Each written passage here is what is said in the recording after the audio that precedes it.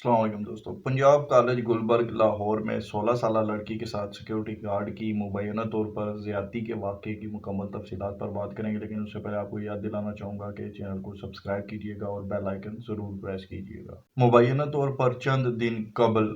Punjab college Gulberg Lahore میں یہ واقعہ پیش ہے کہ ایک سیکیورٹی گارڈ نے 16 سالہ طالبہ کے ساتھ زیادتی کی۔ اب اس معاملے کو شروع ہوئے اس پر آواز اٹھتے ہوئے تو چند دن ہو گئے تھے، لیکن آج اس میں بڑی پیش رفت دیکھنے میں کہ لاہور میں بھی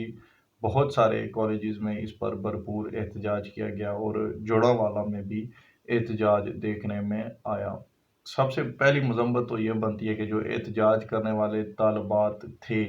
ان پر پولیس نے تشدد کیا، اس سب کی ویڈیوز وائرل ہو چکی ہیں سوشل میڈیا کے اوپر۔ بے رحمانہ طریقے سے ان اسٹوڈنٹس کے اوپر تشدد کیا گیا جو کہ حق کے لیے آواز اٹھا رہے تھے۔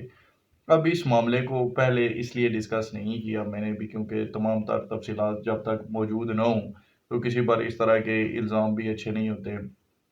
وہ جو پرنسپل صاحبہ ہیں اس کالج کی،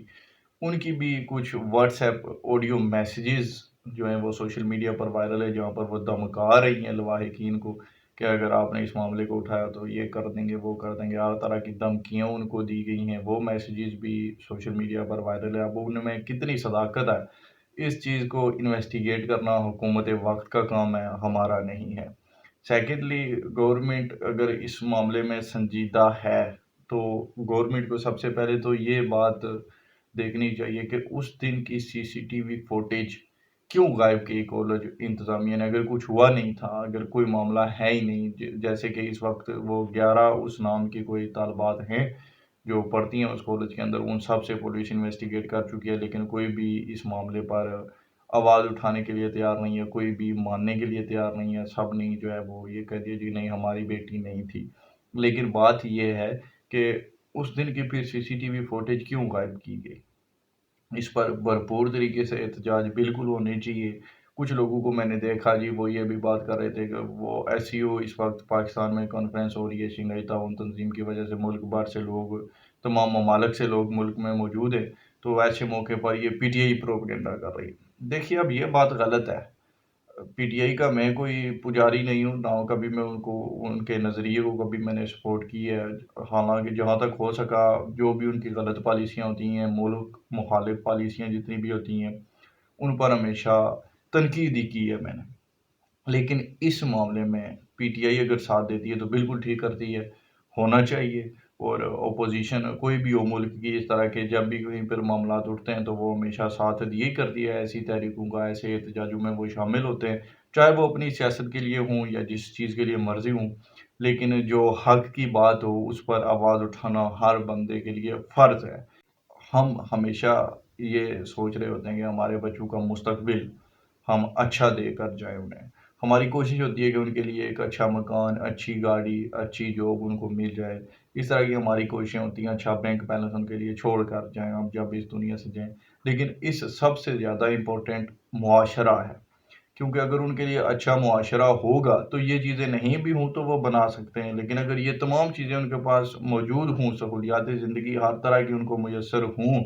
اور معاشرہ ان کا اس قابل نہ ہو کہ وہ وہاں پر زندہ رہ سکیں یا آزادی سے وہ آ جا سکیں یا پڑھ بھی سکیں، ان کی آزادی متاثر ہو، ان کی عزتیں محفوظ نہ ہوں جہاں پر بہنوں بیٹیوں کی، تو اس معاشرے میں آپ جس قسم کی مرضی سہولیات دے دیں وہ فضول ہی ہیں، وہ ان کے کسی کام کی نہیں ہے۔ سب سے اول جو فیوچر اگر آپ نے اپنے بچوں کا بنانا ہے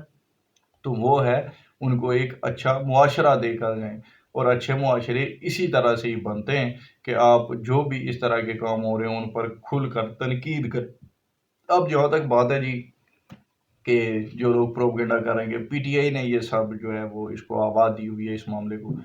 پی ٹی آئی کو پاگل ہے، اگر یہ معاملہ آپ اوپر جا رہے ہیں، ان کا تو اپنا احتجاج تھا وہ پیچھے جا رہا ہے، اور بہت سارے معاملات تھے۔ عمران خان صاحب پچھلے 2 دنوں سے خبروں میں نہیں آ رہے، ان کے لیے وہ بات پریشانی کا باعث ہونی چاہیے، اور اگر وہ اس طرح کی تحریکوں کو وہ ہوا دے رہے ہیں تو ان کا اس میں کیا فائدہ ہے؟ ان کا تو الٹا نقصان ہی ہے۔ تو اس بیانیے میں نہیں سمجھتا کہ کوئی دم خم ہے۔ سیکنڈلی یہ ہے کہ وہ اس کے جو اونر ہیں عامر ڈوگر صاحب، کو اس طرح کا ان کا نام ہے،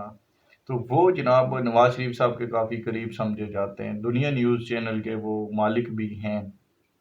تو یہ جو ہمارے ٹی وی چینلز ہیں ان کے مالکان کے حوالے سے پہلے بھی بہت بار یہ بات چلتی ہے کہ ایک وہ گور میں نیوز چینل ہے جی، ان کی اپنی بیکری ہوتی تھی گور میں، یہ بات پہلے بھی میں ایک ادبی لوگ میں غالباً کر چکا ہوں، تو ان کی بیکری سے جناب نکلا کرتے تھے چوہے،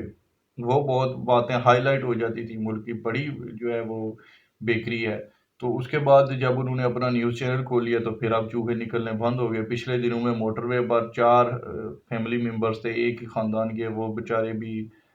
وہاں سے انہوں نے گورمے کے کوئی ڈرنکس لیے تھے، تو اس کے بعد ان کی بھی جانیں چلی گئی اور اس پر بھی کوئی پیش رفت دیکھنے میں بعد میں نہیں آئی، 2 دن تک معاملہ خبروں کی زینت بنا رہا، اور تب بھی جو باقی ٹی وی چینلز تھے وہ ان کا نام نہیں لے رہے تھے، وہ کہتے کہ پرائیویٹ بیکری سے جی انہوں نے کچھ لیا تھا تو اس ڈرنکس کے بعد ان کو کچھ ہو گیا، نام کوئی نہیں لے رہا تھا، کیوں؟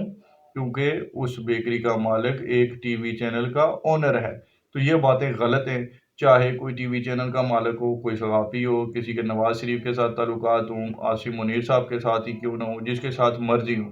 جو غلط ہے وہ غلط ہے، اس کی ہمیشہ تنقید ہونی چاہیے، اس کی مذمت ہونی چاہیے، اس کے خلاف آواز اٹھانی چاہیے۔ تو یہ تو خیر بات تھی جی ان کی، اب تھوڑی بات کر لیتے ہیں سیاست کے حوالے سے بھی۔ مولانا فضل الرحمان صاحب، مولانا فضل الرحمان صاحب نے آج ایک کانفرنس کی، اس میں انہوں نے اس بات کی طرف اشارہ کیا کہ وہ آئینی ترامیم میں حکومت کا ساتھ دے دیں گے۔ انہوں نے کہا جی کہ بہت سارے معاملات تھے، ہم نے جو اعتراضات اٹھائے تھے آئینی ترامیم کے حوالے سے، ان سے عدلیہ کی آزادی متاثر ہو رہی تھی، عدلیہ غیر فعال ہو رہی تھی، تو حکومت نے ان کو واپس لے لیا ہے، اور اب جلد متوقع ہے، امید ہے کہ بہت جلد ہم ان کے ساتھ ایگری کر جائیں گے۔ تو اس کے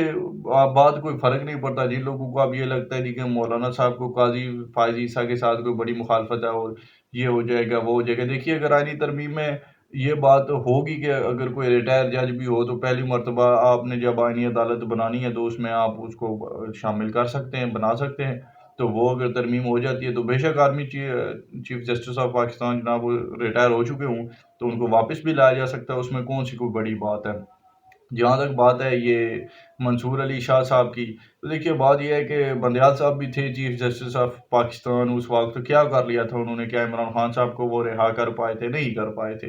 اور بھی بہت سارے معاملات تھے جو بندیال صاحب کی مرضی کے خلاف ہوئے تھے، کوئی چارہ نہیں تھا ان کا۔ تو پاکستان میں اگر کوئی ون مین جو ہے تو وہ ہوتا ہے آرمی چیف کا، اس کے پیچھے ساری فوج کھڑی ہوتی ہے اور تمام تر معاملات کو پاکستان میں کنٹرول فوج کرتی ہے، جو سیدھی سی بات ہے۔ تو عدلیہ کے چاہنے سے کچھ بھی نہیں ہوتا، وہ اگر آپ کو لگتا ہے کہ نواز شریف کو اس وقت کے عدالتوں نے نکال دیا تھا تو اس کے پیچھے بھی فوج کھڑی تھی، فیض حمید صاحب تھے، باجوہ صاحب تھے، تو تب یہ کام ہو پائے تھے، ورنہ ممکن نہیں تھا۔ تو اب بھی ججوں کی خالی مرضی سے کچھ نہیں ہوتا، یہ خود کو بے شک قانون سے بالا تر سمجھتے رہے، لیکن ہم نے دیکھا کہ جب کچھ ججز ایسے تھے کہ جو آؤٹ آف دی وے جا کر کچھ کر رہے تھے تو وہ پھر آنے والے چیف جسٹس صاحب بھی تھے ایک، وہ بھی پھر استعفیٰ دے کر گھر چلے گئے، تو پھر ایسے معاملات بھی ہو جایا کرتے ہیں۔ تو اس لیے یہ کوئی بات اتنی کو معنی خیز نہیں ہے کہ اگلا چیف جسٹس سپریم کورٹ کا کون بنتا ہے، اور مولانا صاحب نے تو کھل کر اشارے دے دیے کہ وہ آئینی ترامیم میں حکومت کا ساتھ دیں گے، اور پہلے جو کچھ انہوں نے کیا وہ اپنی بس سیاست بچانے کے لیے کیا، یا پی ٹی آئی کے ساتھ انہیں کچھ پرانے مسئلے مسائل تھے شاید، وہ بھی انہوں نے ان سے جو ہے وہ حساب برابر کیے، تو اب آنے والے دنوں میں ممکنہ طور پر مولانا صاحب بھی ساتھ دیں گے حکومت کا، اور انہوں نے یہ بھی کہا جی کہ پی ٹی آئی کو کل احتجاج نہیں کرنا چاہیے 15 اکتوبر کے دن۔ اب دیکھنے والی بات یہ ہوگی کہ پی ٹی آئی کا 15 اکتوبر کا پروٹیسٹ کیسا جاتا ہے اسلام آباد میں، اس کے حوالے سے کل ڈیٹیل میں بھی لوگ بنائیں گے۔